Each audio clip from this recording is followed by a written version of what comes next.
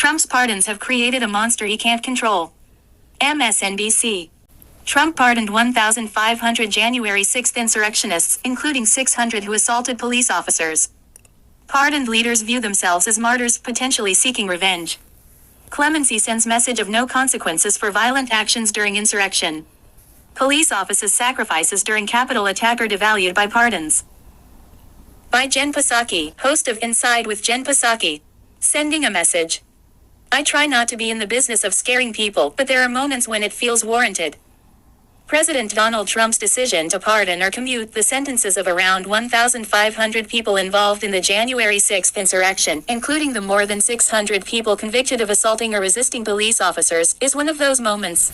I can't stop thinking about what Enrique Tarrio, the Proud Boys leader sentenced to 22 years in prison for seditious conspiracy, had to say to InfoWars host Alex Jones after he was released. I'm happy that the president's focusing not on retribution and focusing on success, but I will tell you that I'm not gonna play by those rules. Tarrio and others like Oath Keepers leader Stuart Rhodes, who was also convicted of sedition, seem to view themselves as martyrs with a mission, and that mission includes revenge.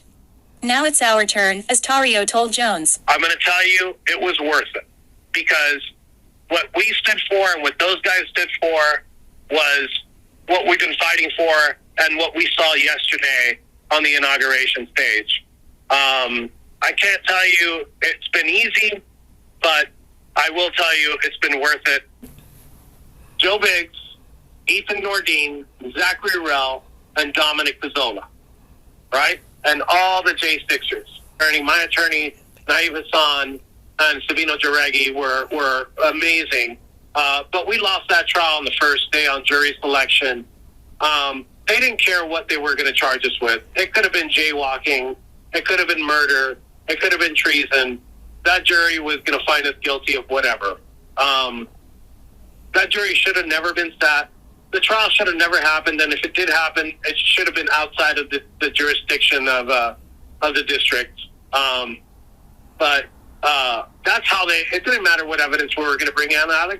They didn't care about the evidence. They cared about putting Trump supporters in prison. Well, now it's our turn. Now it's our turn. I'm happy that the president's focusing not on retribution and focusing on success, but I will tell you that I'm not going to play by those rules. The people who did this, they need to feel the heat. They need to be put behind bars, and they need to be prosecuted. They pardoned the J6 committee, fine. In this country, our case proves that you could be imprisoned for anything.